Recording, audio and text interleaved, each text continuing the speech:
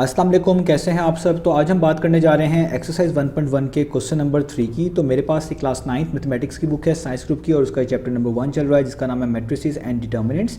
तो इस चैप्टर से रिलेटेड काफ़ी कंटेंट मैं अपलोड कर चुका हूँ। मैंने इस चैप्टर के नेम से एक सेपरेट प्लेलिस्ट भी बनाई हुई है, उसका लिंक नीचे डिस्क्रिप्शन में गिवन है। अगर आप इस चैप्टर से रिलेटेड बाकी सोल्यूशन में इंटरेस्टेड हो तो वो लिंक नीचे डिस्क्रिप्शन में से देख सकते हैं। इसके अलावा भी मैंने क्लास 9 से रिलेटेड काफ़ी कंटेंट कवर किया हुआ है, वो आपको मेरे चैनल के प्लेलिस्ट सेक्शन में मिल जाएगा।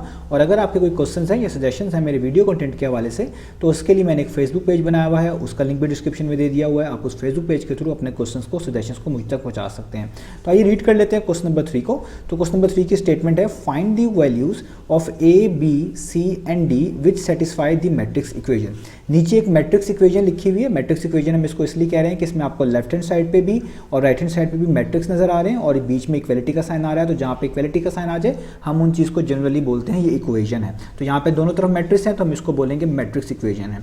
तो हमने ए, बी, सी और डी की वैल्यूज निकाल कर दिखानी है जो इन दोनों मैट्रिक्स के अंदर आपको नजर आ रही है और वो वैल्यूज ऐसी होनी चाहिए जो इसको सेटिस्फाई भी करे। सेटिस्फाई करने का मतलब होता है कि अगर आप ए, बी, सी और डी की वैल्यूज निकाल लें और इसमें वापस पुट कर दें इस मैट्रिक्स इक्वेशन में दोनों तरफ, तो ये दोनों साइड्स इक्वल आनी चाहिए, इसलिए वो कह रहे हैं विच सेटिस्फाई द मैट्रिक्स इक्वेशन। तो आइए स्टार्ट करते हैं क्वेश्चन नंबर 3 को। तो आपको सामने स्क्रीन पर क्वेश्चन नंबर 3 की स्टेटमेंट भी नजर आ रही है और ये मैट्रिक्स इक्वेशन भी लिखी हुई नजर आ रही है। तो इसको स्टार्ट करने से पहले आपने एक चीज़ याद रखनी है जो मैंने क्वेश्चन नंबर 2 में भी एक्सप्लेन करी है कि इक्वल मैट्रिसेस क्या होते हैं। तो दो मैट्रिक्स इक्वल कहलाते हैं अगर उनका ऑर्डर भी सेम हो उन दोनों मैट्रिक्स का और उसकी कॉरस्पॉन्डिंग एंट्रीज भी सेम हो, तब उनको हम बोलते हैं इक्वल मैट्रिक्स। और उनकी नोटेशन क्या होती थी, अगर किसी एक मैट्रिक्स का नाम ए है और दूसरे मैट्रिक्स का नाम बी है और हम कह रहे हैं ये दोनों इक्वल हैं तो हम उनको लिखा करते थे ए इक्वल्स टू बी।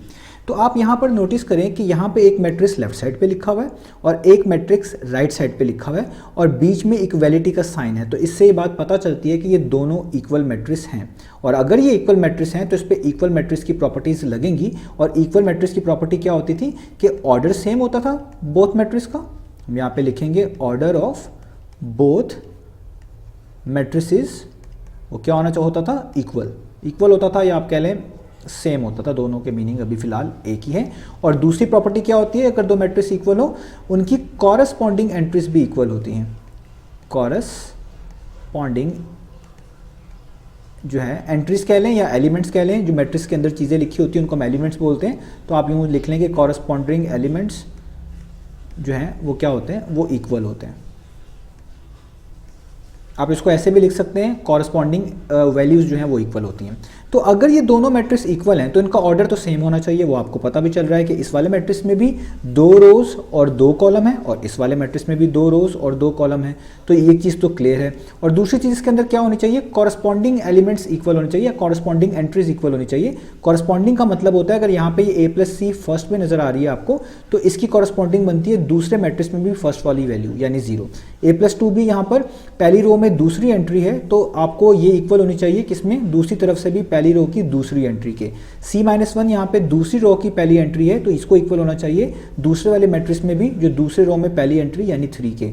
और 4D-6 जो है दूसरी रो में लास्ट एंट्री है तो इसकी कॉरस्पॉन्डिंग वैल्यू बनेगी जिसके ये इक्वल होनी चाहिए, वो बनती है दूसरी तरफ दूसरी रो में लास्ट वाली एंट्री यानी 2D। तो हम यहाँ पे लिखेंगे as they are equal matrices. क्योंकि ये इक्वल मैट्रिसेस हैं सो कॉरस्पॉन्डिंग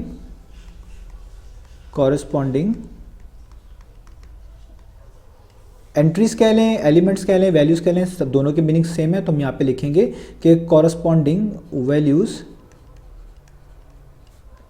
शुड बी, उसे क्या होनी चाहिए, इक्वल होनी चाहिए, शुड बी इक्वल। क्योंकि अगर आपने इनको इक्वल के साथ लिखा हुआ है तो ये पक्की बात इक्वल है और फिर कॉरस्पॉन्डिंग एंट्रीज इक्वल होनी चाहिए। तो किस तरह, तो ए प्लस सी किसके इक्वल होना चाहिए, वो 0 के इक्वल होना चाहिए। तो इसे हम यहाँ पे लिखेंगे कि ए प्लस सी किसके इक्वल होना चाहिए, 0 के इक्वल होना चाहिए। कॉमा डाल लेते हैं। आगे ए प्लस 2 किसके इक्वल होना चाहिए, वो अपने कॉरस्पॉन्डिंग यानी -7 के इक्वल होना चाहिए जिस तरह मैंने आपको समझाया है। तो आप लिखेंगे ए प्लस 2 बी -7 के इक्वल होना चाहिए। थर्ड C-1 किसके इक्वल होना चाहिए, क्योंकि थर्ड पे लिखी हुई है तो उधर से भी थर्ड पे सेकंड रो की पहली एंट्री, ये भी सेकंड रो की पहली एंट्री। तो C-1 किसके इक्वल होनी चाहिए, 3 के इक्वल होनी चाहिए। और लास्ट वाली क्या बची 4D-6, तो वहाँ से वो लास्ट की इक्वल होनी चाहिए यानी 4D-6 इक्वल होनी चाहिए 2d के। तो देखिए हमने सारी इक्वेशंस लिख रही। अब सवाल ये पैदा होता है इनमें से किस इक्वेशन को पहले सॉल्व किया जाए। तो आप याद रखिएगा जिस इक्वेशन में कम से कम वैल्यूज़ अननोन होती हैं उसको सॉल्व करना ज़्यादा बेटर रहता है। जैसे आप देखें पहली इक्वेशन में a भी अननोन है, c भी अननोन है, तो इसको डायरेक्टली सॉल्व करना इजी नहीं है, बहुत मुश्किल हो जाएगा। a+2 में भी आप देखें a b की वैल्यू नहीं पता, b की भी नहीं पता, इसको सॉल्व करना मुश्किल हो जाएगा। c-1 वाली साइड पे और ये जिसके जो कि 3 के इक्वल है, इसको सॉल्व करना सबसे आसान है क्योंकि इसमें सिर्फ एक चीज़ अननोन है, तो आप इसको ईजिली निकाल सकते हैं। और 4d-6 2d में भी निकालना आसान है क्योंकि यहाँ पे भी एक ही वेरिएबल आ रहा है, यहाँ पे भी d है, वहाँ पे भी d है, एक से ज़्यादा वेरिएबल्स या एक से ज़्यादा अननोन वैल्यूज इसमें नहीं है, तो इसको भी सॉल्व करना आसान है और c-1 को भी सॉल्व करना आसान है। तो हम सबसे पहले सॉल्व करेंगे इस वाली को c-1 = 3 को। तो हम यहाँ पे लिखेंगे कि क्योंकि c-1 किसके इक्वल है, 3 के, तो आपने c की वैल्यू निकालनी है, तो ये -1 है, इसको इक्वेशन के दूसरी तरफ भेजेंगे तो +1 हो जाएगा, यानी यहाँ पे माइनस हो रहा है, इक्वेशन के दूसरी तरफ जाके क्या हो जाएगा ऐड, तो 3 + 1 कितना हो जाएगा 4। तो आपको देखिए c की वैल्यू तो मिल गई, c की वैल्यू कितनी आ गई 4। अब हम उसको सॉल्व कर लेते हैं जिसको मैंने कहा था वो आसान है, वो कौन सी है, वो है ये वाली 4d-6 = 2d। तो हम यहाँ पे लिखते हैं 4d-6 = 2d।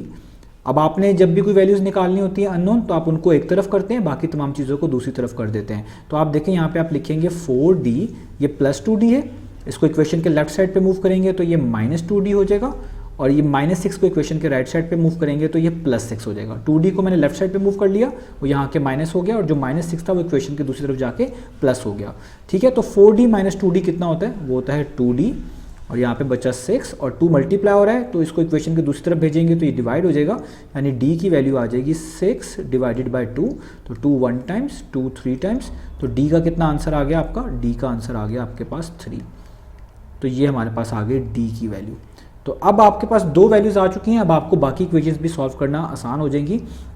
तो अब हम कौन सी इक्वेशन यूज़ करते हैं, अब c-1 भी होगी, ये वाली होगी, पहली 2 रहेगी, तो इसमें अब हम a+c वाली को यूज़ कर लेते हैं क्योंकि इसके अंदर हमें c की वैल्यू चाहिए होगी और वो हमें पहले से ही पता है। तो हम यहाँ पे लिखेंगे कि a+c किसके इक्वल है, 0 के। तो मैं यहाँ पे लिखूँगा पुट c = 4, c की वैल्यू 4 लिख दें क्योंकि आपने c की वैल्यू फाइंड आउट करी हुई है। तो इसी वाली इक्वेशन में मैं लिखूंगा a+c की जगह पे 4 = 0। यहाँ पे 4 प्लस हो रहा है, इक्वेशन के दूसरी तरफ जाएंगे तो ये माइनस हो जाएगा, और 0 - 4 क्या होता है, वो होता है -4। तो a की वैल्यू भी मेरे पास आ गई, वो कितनी आ गई मेरे पास, यहाँ पर आ गई -4। अब हमारे पास आप देखें कौन सी वैल्यू रह गई है, सिर्फ a+2b जो है वो रह गया, ये वाली इक्वेशन रह गई है, बाकी सारे हमने सॉल्व कर लिए। तो इसको मैं थोड़ा सा नीचे सॉल्व कर देता हूँ यहाँ पर, तो ये हो जाएगा a+2b = -7। इसमें आपको a की वैल्यू चाहिए होगी क्योंकि b की वैल्यू तो निकालनी है, तो a की वैल्यू ऊपर लिखी हुई है -4, तो आप लिखेंगे पुट a = -4। तो हम क्या लिखेंगे, a की जगह पे -4 +2b वैसे का वैसे ही रहेगा, -7 भी वैसे का वैसे ही रहेगा, क्योंकि आपने b की वैल्यू निकालनी है तो -4 को इक्वेशन के दूसरी तरफ भेज दें, यानी -4 है, इक्वेशन के दूसरी तरफ मूव करेंगे तो +4 हो जाएगा, और प्लस माइनस क्या होता है माइनस, 7 में से 4 माइनस करेंगे 3 आएगा, साइन बड़ी वैल्यू का यानी 7 का, उसके पीछे माइनस है तो माइनस, और यहाँ पे बच जाएगा 2b। और अब आप इसको और भी आसानी से कर सकते हैं, 2 यहाँ पे मल्टीप्लाई हो रहा है, इसको इक्वेशन के दूसरी तरफ भेजेंगे तो डिवाइड हो जाएगा, तो ये हो जाएगा b = 3-3/2।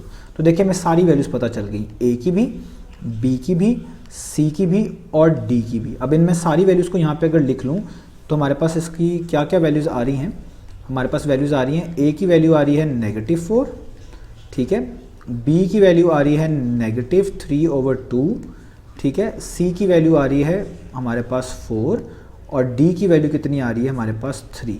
तो ये सारी वैल्यूज़ हमने निकालनी। तो क्वेश्चन यहाँ पे खत्म हो चुका है, हमने यही वैल्यूज़ फाइंड आउट करके दिखानी थी। अब मैं आपको ये वाली वैल्यूज़ इस इक्वेशन में पुट भी करके दिखाऊंगा कि ये इसको सेटिस्फाई भी करती है या नहीं करती। तो मैंने यही मैट्रिक्स दोबारा से जो है नीचे लिख लेना है, और फिर मैं इसके अंदर वैल्यूज़ पुट करके भी आपको दिखा देता हूँ।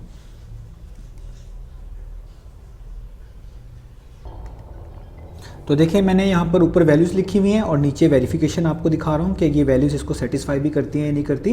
तो ये मैट्रिक्स वही है जो मैं क्वेश्चन में गिवन था, मैं इसमें वैल्यूज़ पुट करने लगा हूँ। तो देखिए a की वैल्यू कितनी थी -4, तो मैं यहाँ पे लिखूँगा -4 प्लस का साइन, c की वैल्यू कितनी थी वो है 4, तो मैं यहाँ पे लिख दूँगा 4, a+c की वैल्यूज़ हो गई।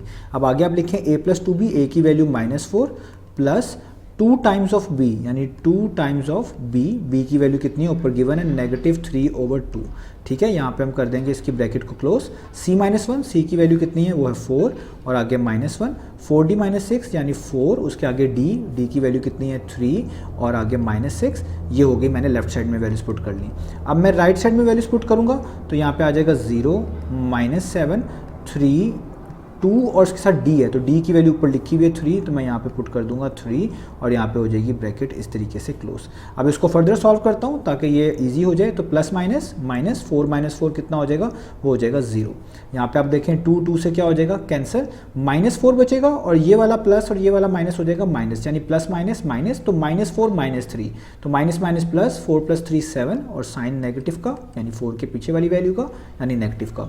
4 - 1 कितना हो जाएगा 3, 4 3 टाइम्स कितना होता है 12 और 12 में से 6 माइनस करेंगे तो आ जाएगा 6, तो ये तो हमारी होगी इसकी left hand side equal to का साइन। अब इसको सॉल्व कर लेते हैं, ये पहले से 0 है, ये -7 है पहले से, ये पहले से 3 है और 2 3 टाइम्स करेंगे तो क्या आ जाएगा 6। तो आप देख सकते हैं कि A, B, C और D की वैल्यूज हमने बिल्कुल ठीक निकाली हैं और वो इसको सेटिस्फाई करती हैं। हमने जब वो वैल्यू सारी मैट्रिक्स इक्वेशन में पुट करी हैं तो हमारी लेफ्ट हैंड साइड और राइट हैंड साइड इक्वल आ रही है, तो हमने ये इसकी कर ली वेरिफिकेशन भी। तो यहाँ पे ये हुआ क्वेश्चन खत्म। इंशाल्लाह नेक्स्ट वीडियो में मिलेंगे हम बाकी सॉल्यूशंस के साथ।